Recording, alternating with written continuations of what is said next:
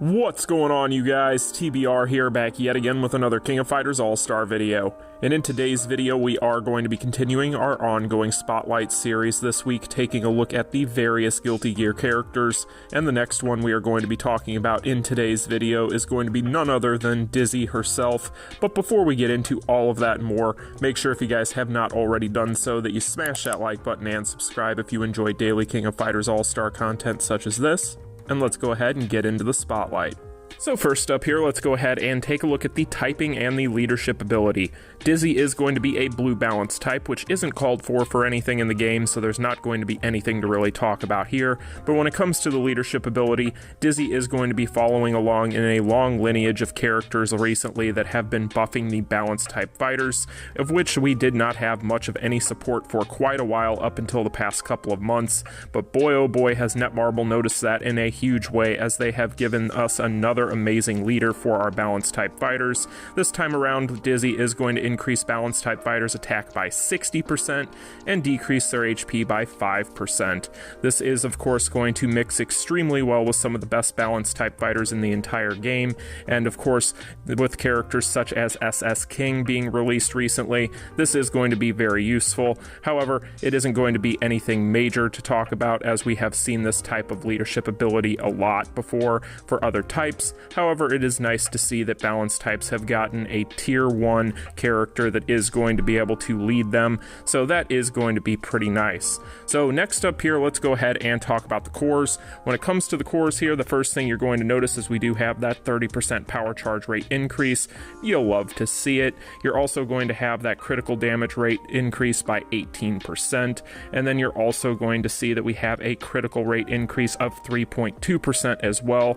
So we are going to have a pretty nice overall little set of cores here, but of course the most important thing is going to be what she does on her exclusive cores. So first up, we are going to have Kind Half Gear. This is going to reset Don't Be Overprotective EX's cooldown and increases the target's damage received by 40% for 5 seconds. Upon landing, I use this to catch Fish EX on a cooldown of 10 seconds. She's also going to be able to decrease her active skill cooldown by 1 second upon landing an attack on a burned or chilled target, with a PvP exclusive that decreases damage received by 85% when attacked by a target with 90% or more HP.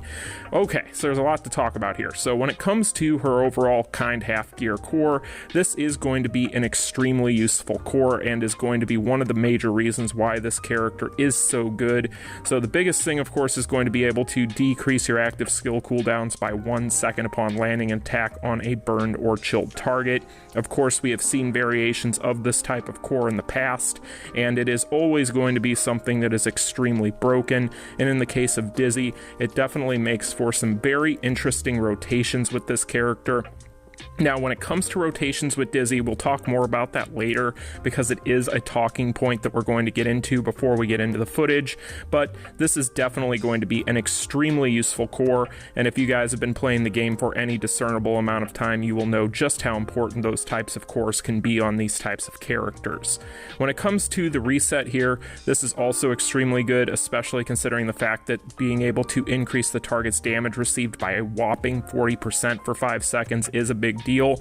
So in general, these are some really nice cores. And then when it comes to the PvP exclusive of decreasing her damage received by 85% when attacked by a target with 90% or more HP, it's kind of a niche thing. I guess it helps her from just getting one shot or ganked, but at the same time, not much of anything there that I think that we really need to talk about.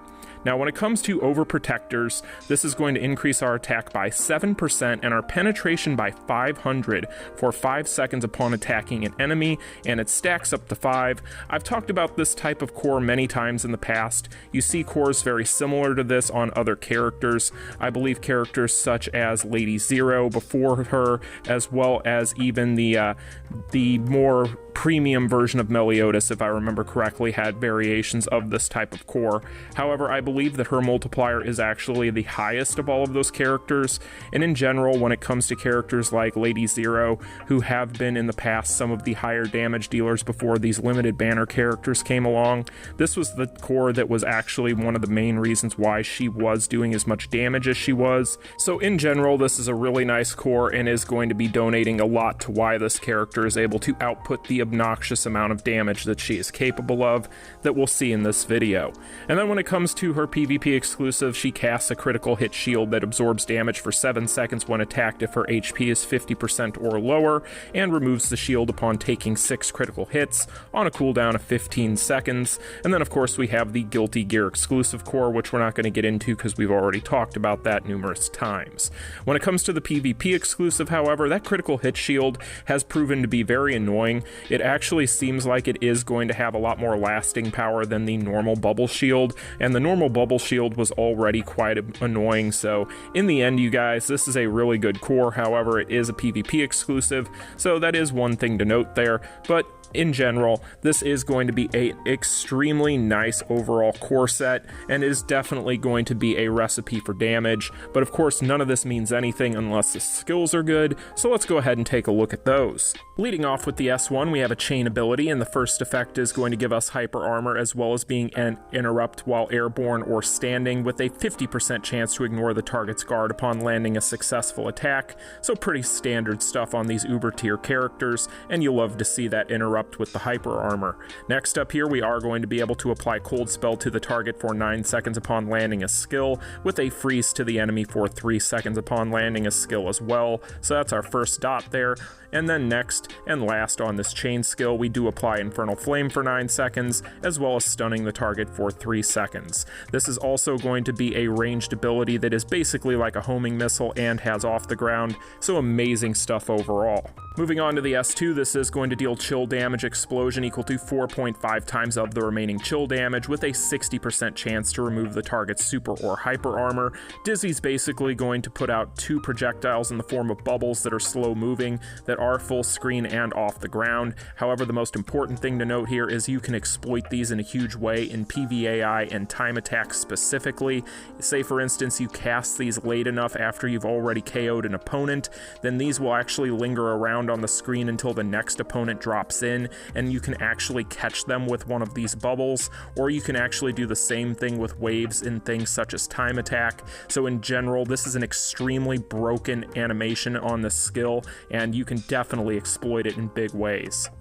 Finally, on the S3, we are going to have Burn Explosion equal to 4.5 times of the remaining burn damage and removing burn, as well as an increase to our attack by 38% for 7 seconds. In general, this is going to be an off-the-ground full screen skill as well, another really nice solid animation. This character in general is going to be the best overall ranged character in the entire game currently available, and you start to see why when you take a look at the animations on these skills. So in general, while she does have double explosion, that is something you can work around, so not that big of a deal in my opinion. With the core finisher, it is going to be on the shorter end at around 5 seconds, however it has a fantastic amount of hits. It is going to give us 15% power and increase our attack by 10% for 10 seconds upon using it. This is important because that means that we are going to be able to then go into our 3PG finisher just that much faster. As far as the 3PG finisher is concerned, it does increase our attack by 10% and our penetration by 400 for 10 seconds,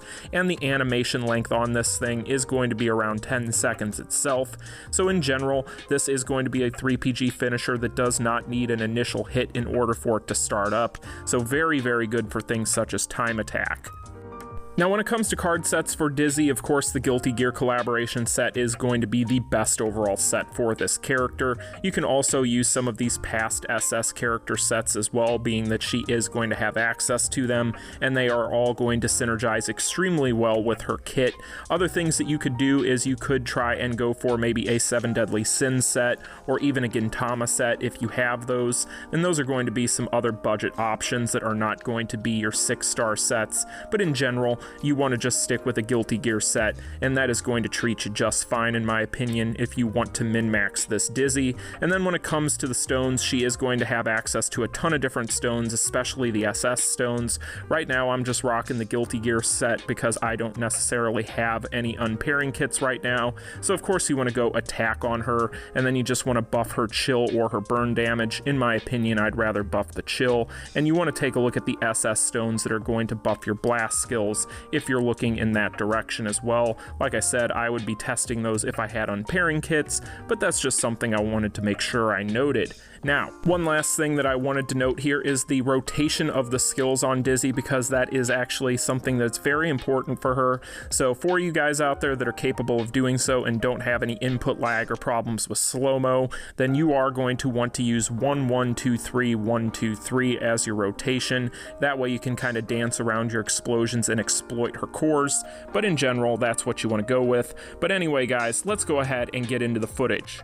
Now, when it comes to mobbing and bossing, Dizzy, of course, is going to be a dedicated ranged character, of which there aren't going to be a lot of those in the game. So as we have seen with Dizzy now for the past week or so, this is a character that has made a massive impression in PvE for good reason, because she is going to have ranged abilities on pretty much all of her skills, and she's going to have extremely high damage output, as well as some really wonky and interesting things that you can do with the S2, like I had mentioned in the skill breakdown. You're actually going to be able to go into things such as time attack and really exploit things. So pay attention right here. I had sent that bubble out on the S2 with the previous wave, and it stuck around going into the next wave, which was of course that boss, and we were able to take him down before he was even able to spawn in, really. So that is something to definitely keep in mind. You can also do that in PVAI. So this character is going to be able to go into things such as time attack and absolutely do work. There is really not much of any problems at all with this character as it pertains to these types of modes, especially when you consider the fact that she does have that really long animation on her 3PG finisher, which doesn't need an initial hit in order for it to go off. So that's another big thing to keep in mind. So in general, when it comes to Dizzy, when it comes to these bosses, because her awakening spam is just so powerful, having that extra long awakening rotation as an SS character, you're going to be able to go in and you're going to be able to just melt whatever is in front of you. So in general, Dizzy is an absolute mobbing and bossing queen, and one of the best mobbers and bossers in the entire game, in my opinion. Now, I'm not going to lie to you guys, PVAI is a joke, and Dizzy's just going to make it just that much more so a joke. When it comes to this character being a ranged character in general, you are going to be able to just bully everything, because you have such great animations and high damage, so not much to talk about. You just want to use her and you'll do well. Now, when it comes to Immortals, this is going to be where Dizzy isn't really doing anything too outside the box from what we've seen with a lot of these uber tier characters. In general, when it comes to Dizzy, she's just going to be a damage nuke here. So when it comes to Dizzy, what I would recommend to you guys is you'll definitely want to use a character like Ramlethal, who we had talked about in yesterday's Spotlight as being the best overall leader for Immortals for your Guilty Gear fighters. I feel like at this point, even though we have only had these characters for a short amount of time, it has already been talked about ad nauseum how good they can be in Immortals, so there really isn't a whole lot to be said about Dizzy here. She is going to have that nice long 10-second 3PG finisher, which means that she is going to be able to go in here and help you in a huge way with stopping the clock, which is going to be half the battle. But when it comes to these characters, like I've already mentioned and other people have mentioned before me, these are going to be extremely synergistic, and Dizzy's just going to be the best overall DPS of all of them. So if you don't have Dizzy, you'll still be able to be successful here with some of these other Guilty Gear characters. However, if you find yourself needing extra damage in Immortals and you have a Guilty Gear team, then of course Dizzy is going to be the answer, even though she isn't going to be doing anything too out of the ordinary. So in the end, when it comes to Dizzy here, she is extremely good. She just isn't going to be bringing anything to the table that we haven't seen before, but that isn't that big of a deal when you consider the fact that her damage output is just obnoxiously high. And then, of course, there's Guild Raid, which, yeah, Dizzy, if she isn't the best character for all modes in Guild Raid right now, then she's definitely in the conversation. So as you guys have probably already seen across YouTube, there are going to be a ton of instances that you can point to show that Dizzy is going to be one of the highest damage dealers in the entire game when it comes to this mode. However, the nice thing about Dizzy is she's not just going to be sequestered to one or the other when it comes to Omega Rugal or Nightmare Geese. She's actually going to be able to take down both of them with ease, and it doesn't even matter which difficulty we're talking about. A lot of this just has to do with the fact that she is going to have incredible shield shred, as well as being able to output really strong damage, as we've already established. But when it comes to Dizzy, this character is going to allow you to go into any of these difficulties, any of these modes, and just absolutely body them. So in the end, with Dizzy, with Guild Raid, there really isn't a whole lot more that I can say that other people haven't already. You're going to have that really long 3PG finisher, which you can use to interrupt things such as the Ground Aura for Nightmare Geese, which is another big selling point with this character in Guild Raid. Because of the amount of multi-hits on not only her skills, but also her finishers, you're also going to be able to shred shield in a huge way. She's also going to have some really interesting overall rotations that you're going to need to pay attention to if you want to min-max her. Now, as I mentioned, if you're somebody that does deal with the slow-mo bug or input lag as a result, you're probably going to have a hard time keeping up with her rotation, just based solely upon the fact that she is going to be able to have those really quick cooldowns on those. So she definitely is demanding on your reflexes and your muscle memory, but you can get that down with practice. However, it is going to be a situation, as I mentioned, where if you are dealing with a lot of input lag and slow-mo bugs, that you're probably going to end up dropping skills on your awakening rotation as a result of that, which is going to cost you a lot of damage here and there. But because her damage is as high as it is, it really doesn't even matter at the end of the day, because she's still going to be able to go in and just absolutely body most anything in the game. So in the end, when it comes to Guild Raid, I'm not going to sit here and say that this is the best character in the game for Guild Raid yet, because I think the jury is still out. Because there is a really good case to be made for a lot of these other characters that have been released before her, but at the end of the day, when it comes to Dizzy, she is still going to be an uber tier Guild Raid character and one of the best overall in the game at what she's trying to accomplish, so I have nothing negative to say in this regard. And when it comes to the final verdict, this Dizzy is going to be one of the best overall characters in the entire game in my opinion. She is an incredible range DPS nuke which fulfills a very specific niche, and she has everything she needs to be successful in this game. When it comes to things that I could go ahead and levy against her, there's really not much of anything I can say in the negative. I guess if anything, the slow-mo bug is a problem for some people with this character. I know it has come up for me a lot when it comes to hitting my awakening rotation during things such as Guild Raid, but in general, that is a small gripe that has nothing to do with her performance. So in the end, when it comes to Dizzy, this character is absolutely filthy. I don't know necessarily that she is the best character in the game, but she is definitely in the conversation. I think that really with this character, it comes down to the versatility of her, and she is going to have that in spades. Basically, this character is going to be good for pretty much anything. You can take her in to round out any team that you really want to use, and she's still going to be successful regardless of who it is. So really with this character, I have nothing that I could say about her that is going to be against the grain or anything that is going to be in the negative. I really do think that while she may or may not be the best character in the game at this point, again, the jury's still out in my opinion, I definitely think that she is probably the most versatile and strongest character in this collaboration, and I really don't know necessarily that there's much argument to be had there. So at the end of the day, when it comes to Dizzy, this character is going to be tough to build for a lot of people. She is going to be quite premium as an SS fighter who you do have a 2-week time window to get memories for, but outside of that, you guys, this character absolutely insane, and I definitely plan on getting her to A5 sometime soon, so stay tuned for that. But in general, you guys, that is going to do it for the spotlight for Dizzy, one of the best characters in the entire game, and in general, just an absolute boss, and she's adorable while doing it. So anyway, you guys, that's going to be today's video. I hope you found it informative. If you did, make sure you smash that like button and subscribe, and I'll see you guys in the next one. You all take care. Peace. Continue.